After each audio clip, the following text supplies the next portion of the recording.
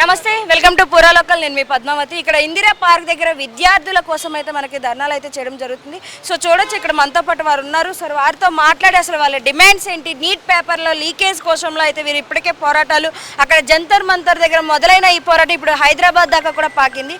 So దీనికి సంబంధించిన పూర్తి వివరాలు తెలుసుకునే ప్రయత్నం చేద్దాం. మీ పేరు? మా పేరు జక్కుల నాగరాజు. మేము విద్యార్థి నాయకులము. మేము బీజేపీ ప్రభుత్వాన్ని ఒకటే డిమాండ్ చేస్తూ ఉన్నాం. మీ ప్రభుత్వం గతంలో ఏమని చెప్పేసి మోడీ గారు విద్యార్థులకు 2 కోట్ల సంవత్సరాలు 2 కోట్ల ఉద్యోగాలు ఇస్తా అని చెప్పేసి 12 సంవత్సరాలైన తర్వాత కూడా కనీసం 20 లక్షల ఉద్యోగాలు ఇవ్వలే.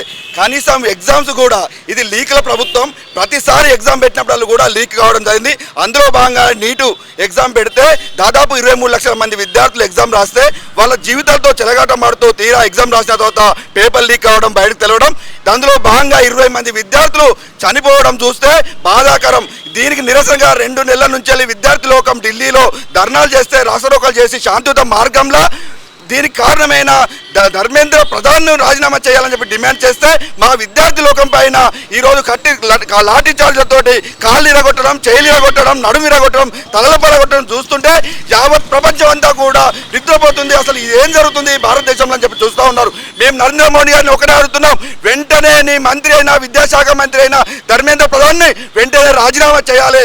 దీనికి బాధ్యులైన వారికి దీని బాధ్యత కఠినంగా శిక్షించాలి. అదేవిధంగా చనిపోయిన విద్యార్థులకు ₹1 కోటి ఎక్స్గ్రేషియా ప్రకటించాలని చెప్పేసి డిమాండ్ చేస్తా ఉన్నాం. అదేవిధంగా మేము అడుగుతున్నాం, ప్రతిసారి మోడీ గారు మీరు చూస్తున్నాం, గత నుంచి చూస్తున్నాం, మీరు ఏది చేసినా కూడా ప్రభుత్వ ఉద్యోగులన్నీ కూడా ప్రైవేటీకరణ చేసిరు. ఉన్న ఉద్యోగులన్నీ కూడా బయట అమ్ముకుంటున్నారు. కనీసం ఇలా విద్య చదువుకొని నాణ్యతమైన విద్య అందిస్తారని చెప్తే ఆ విద్యలో కూడా ఇలా మీరు లీకులు చేస్తూ ఈ లీకుల ప్రభుత్వం మారింది.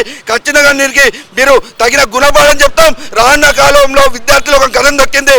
మిమ్మల్ని బజార్లలో పెడతారు. బీజేపీ ప్రభుత్వాన్ని బజార్లలో పెట్టి మాకు కావాల్సిన డిమాండ్లు నెరవేర్చుకున్నాం తెలియజేసుకున్నాం. ఖచ్చితంగా మేము వెంటనే దీనిపైన ధర్మేంద్ర ప్రసాద్ గారిని వెంటనే రాజీనామా చేయాలని చెప్పి మా డిమాండ్ చేస్తా ఉన్నాం. ఇప్పుడు ఈరోజు మోడీ గారు కూడా వీడియో అనేది ఎక్స్ ఖాతాలో పోస్ట్ చేశారు.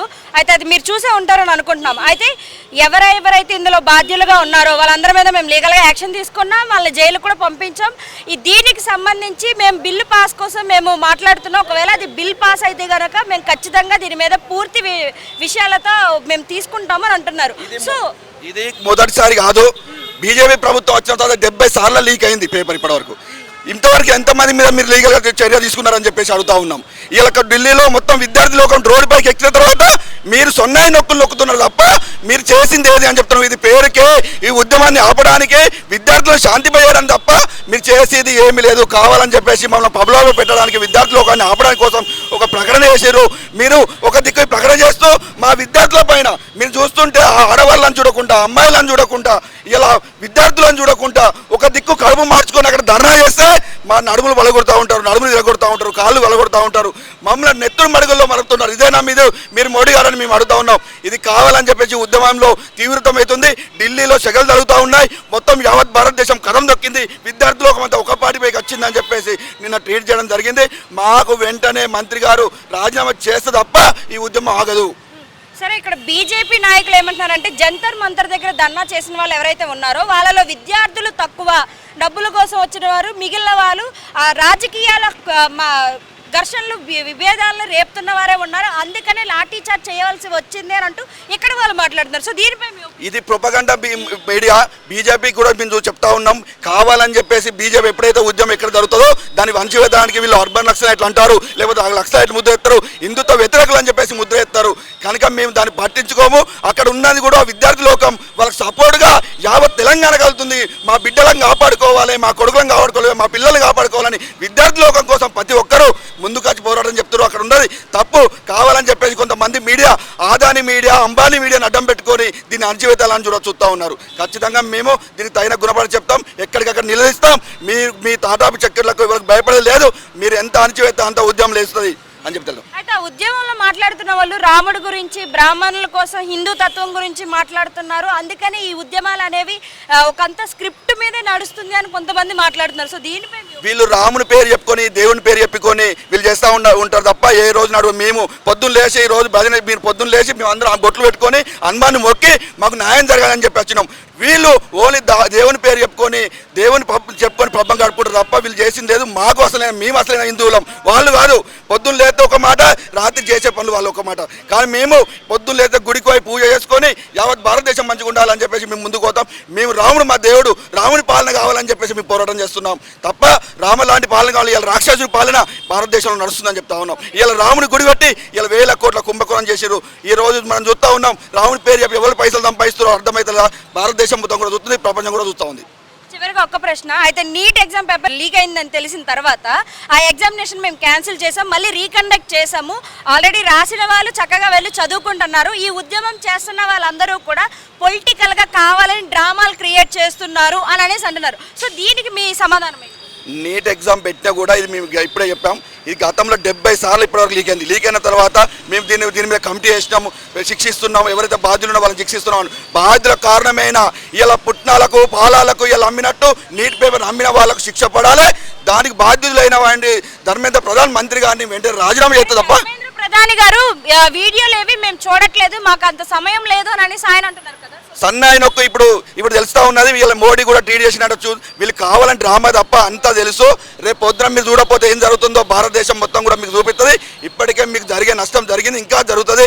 ఖచ్చితంగా మీకు కర్రగాస్తాం, వాత పెడతాం, మేము బజార్లో గుంజుతాం. మా విద్యార్థులు ఒక కథం దొక్కింది, విద్యార్థులు పెట్టుకున్నాడు ఎవడు కూడా చరిత్రలు నిజలే. గతంలో మీరు రైతులతో పెట్టుకున్నారు, ఇలా విద్యార్థులతో పెట్టుకున్నారు. ఖచ్చితంగా మీకు తగిన గుణపడక చెప్తాం, మీ పోరాటం ఇంకా ముమ్మరం చేస్తాం. మీ చేలు గుంజి రోడ్డు మీద పడేసే రోడ్డు వస్తుందని చెప్పి వెళ్తాం. మేము మా కంపెనీ సైడ్ నుంచి వచ్చాము స్టూడెంట్స్ కోసం. మేము ఒక కంపెనీ మా కంపెనీ పేరు స్తరా. మేము స్టూడెంట్స్ కోసం సాఫ్ట్వేర్ బిల్డ్ చేస్తామన్నమాట.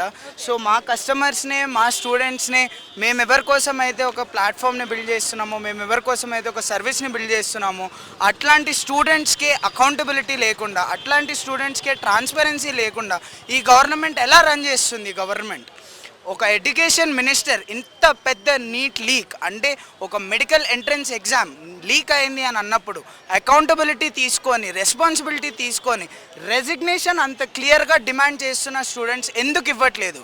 గవర్నమెంట్ ఎందుకు భయపడుతుంది? ఎందుకు వెనకాయిస్తుంది?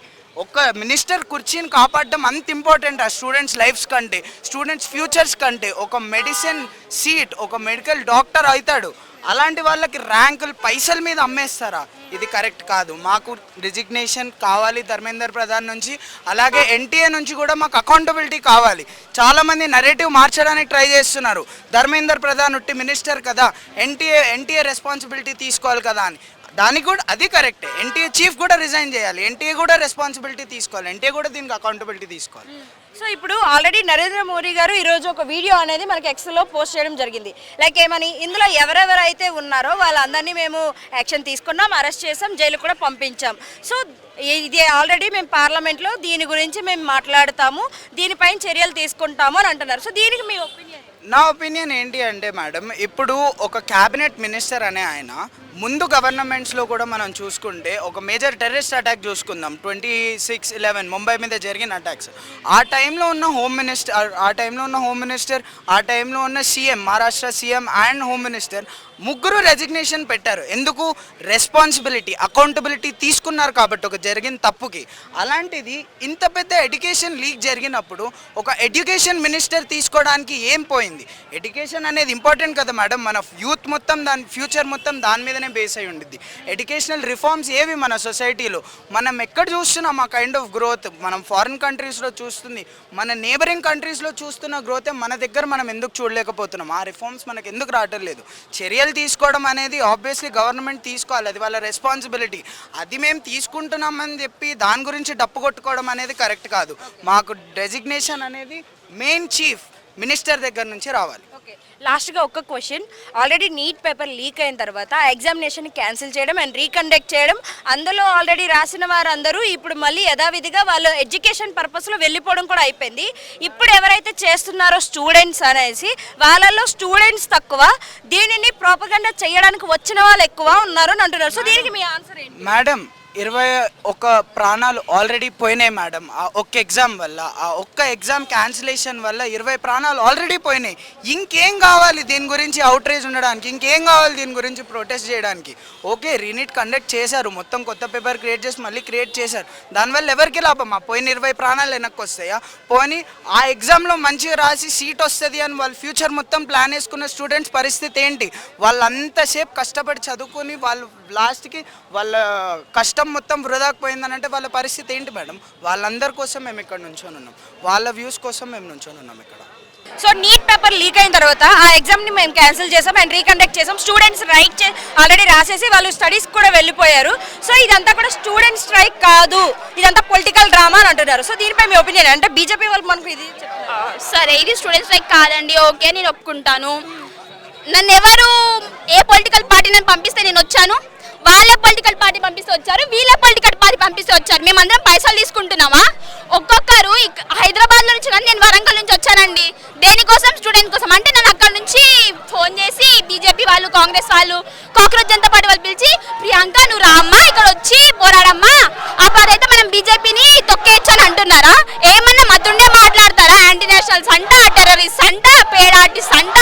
సరే, అక్కడ ఉన్న వాళ్ళు పేడ్ ఆర్టిస్ట్ కొంతమంది అనుకున్నాం, మరి అందరి గురించి ఏంటిది? ఇక్కడ ఉన్న అందరు పేడ్ ఆర్టిస్టేనా?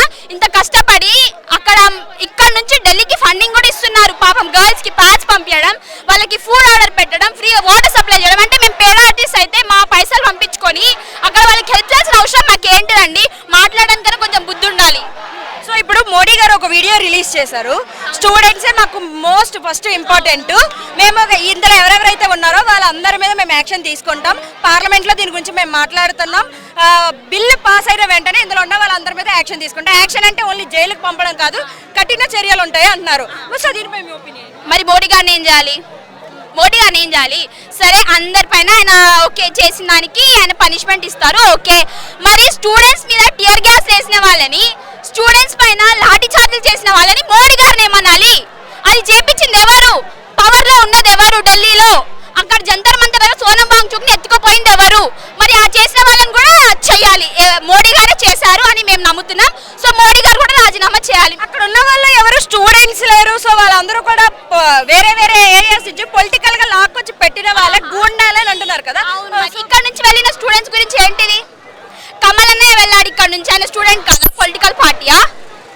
అంతమంది స్టూడెంట్స్ మన కళ్ళ ముందు తెలంగాణ నుంచే వెళ్ళిన వాళ్ళు ట్రైన్లో డిలే చేసి స్టూడెంట్స్ రాకుండా ఆపింది కాక మళ్ళీ మేము వచ్చిన స్టూడెంట్స్ కాదు. సరే, 1,00,000 మంది ఉన్నారు ఇప్పుడు ఢిల్లీలో, 1,00,000 మంది అందరు టెర్రరిస్ట్లేనా? 1,00,000 మంది అందరు పేద ఆర్టిస్ట్లేనా అండి? ఏమన్నా మాట్లాడతారా అసలు? సో చివరిగా ఒక్క ప్రశ్న, ఇప్పుడు జంతర్ మంతర్ దగ్గర ఎవరైతే స్టూడెంట్స్ ఉన్నారో వాళ్ళందరి మీద లాఠీ చార్జ్ చేయడం వెనక ఒక కారణం ఉంది అని చెప్తున్నారు. రాముడిని తిట్టడము, మోడీ గారిని తిట్టడం, మరి తల్లిని తిట్టడం, దేశాన్ని తిట్టడం, హిందువుల్ని తిట్టడం, ఇది చేశారు. అందుకనే మేము లాఠీ చేయాల్సి వచ్చింది. స్టూడెంట్స్ అయితే స్టూడెంట్స్ డిమాండ్స్ గురించి మాట్లాడాలి, కానీ ఇలా చేయడం కరెక్ట్ కాదు అన్నాక. సో దీనిపై మీ ఒపీనియన్? ఓకే, మేము రాముడి గురించి తప్పుగా మాట్లాడాం. రాముడి గురించి తప్పుగా మాట్లాడింది కాదు. మోడీ గారు ప్రచారంకి వెళ్ళినప్పుడు ఆంజనేయుడు బొమ్మ పెట్టుకొని ముంగర డాన్స్ చేపించుకుంటూ వెళ్ళారు. అక్కడ ఎక్కడుంది రిలీజన్? అట్లా మేము రాముడి పేరు చెప్పుకొని, దేవుడి పేరు చెప్పుకొని ఓట్లు వేయించుకుంటున్నారని మాట్లాడాం, కానీ రాముడు దేవుడు కాదు, ముస్లిం వాళ్ళ దేవుడు, అల్లా దేవుడు కాదు, క్రిస్టియన్స్ దేవుడు కాదని మేము మాట్లాడలేదు. అక్కడ ఏం జరగకముందే వాళ్ళు పీస్ఫుల్ గా ప్రొటెస్ట్ చేస్తున్నారు, చాలా అంటే చాలా పీస్ఫుల్ గా ప్రొటెస్ట్ చేస్తున్నారు. జస్ట్ కూర్చొని వాళ్ళ రైట్స్ గురించి ఏంటి, మాకు ఆల్రెడీ వాళ్ళ డిమాండ్స్ ఏంటో వాళ్ళు మెన్షన్ చేశారు, దానికే వాళ్ళు ప్రొటెస్ట్ చేస్తున్నందుకు అని చెప్పి వీళ్ళు లాఠీ చార్జీలు చేసి లేనిపోని పుకార్లని లేపుతున్నారు. మరి ఇప్పుడు సోనం గారు హంగర్ స్ట్రైక్ విరమించుకున్నారు కదా, సో దీనిపై మీ ఒపీనియన్ అంటే? స్టూడెంట్స్ కోసం ముందుగా వచ్చింది ఆయన, అందరి కోసం హంగర్ స్ట్రైక్ కూడా చేశారు. మరి ఇప్పుడు ఆయన మోడీ గారి దగ్గర నుంచి మనకు రావాల్సిన అన్ని వచ్చాయి, సో ఇక నేను విరమించుకుంటున్నాను అనేసి నిన్న రాత్రి ఆయన విరమించుకోవడం జరిగింది. సో చూడండి, ఆయన మన కోసం చాలా చేశారు. ఇన్ని రోజులు హంగర్ స్ట్రైక్ చేశారు, తినకున్నారు, చాలా వెయిట్ లాస్ అయ్యారు, హాస్పిటల్లో ఉన్నారు. ఇప్పుడు ఆయన మోడీ గారు ఏం చెప్పారో, వాళ్ళు ఏం విన్నారో మనకి ఇంకా బయటికి రాలేదు, కానీ వాళ్ళ డిమాండ్స్ ఏంటో మోడీ గారు ఒప్పుకున్నారు అని చెప్పి మోడీ గారు నిన్న నైట్ వచ్చి చెప్పారు. దానికి సోనం వాంగ్చుక్ గారు హంగర్ స్ట్రైక్ బ్రేక్ చేయడం ఓకే. ఒకవేళ మోడీ గారు చెప్పకపోయినా సోనం వాంగ్చుక్ గారు హంగర్ స్ట్రైక్ బ్రేక్ చేయాల్సింది, ఎందుకంటే మా కోసం ఆయన, మా కోసం మేము పోరాడతామండి, మా కోసం ఒకరు చచ్చిపోవడం ఎందుకు, మా కోసం మేము పోరాడి చచ్చిపోతాం, అక్కడ ఏముందో మాకు తెలియదు, కానీ సోనం వాంగ్చుక్ గారు హంగర్ స్ట్రైక్ బ్రేక్ చేయడం మంచిది.